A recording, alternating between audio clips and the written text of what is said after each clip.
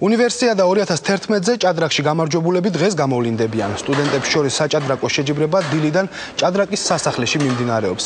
მასში 21 უნივერსიტეტიდან 24 ვაჟი და 15 გოგონა მონაწილეობს. შეჯიბრება საქართველოს საუნივერსიტეტო სპორტის ფედერაციის, სპორტისა და ახალგაზრდობის საქმეთა სამინისტროს ინიციატივითა და რომ პეტროლის მხარდაჭერით ტარდება. გამარჯვებული რამდენიმე საათში გაირკვევა და მას თასი, медали და დიპლომი გადაეცემა. თავარი მიზანი ის არის, რომ რა თქმა უნდა ჯანსაღი ცხოვრების წესის დამკვიდრება სტუდენტებში, სპორტული აქტივობა, კონკურენცია. დავამატებდი, რომ ჩინეთში უნივერსიადაზე ჩვენ ვაკეთებთ სტუდენტურ ნაკრებს, ჭადრაკის საჭადრაკო ნაკრებს. ჩვენთვის ძალიან დიდად მნიშვნელოვანია სპორტული ღონისძიებების სპონსორობა, მიუხედავად იმისა, რომ ბევრი ახალგაზრდა და სტუდენტი ღებულობს მონაწილეობას და სპორტული განვითარება არის ერთ-ერთი საწინდარი ახალგაზრდობისთვის.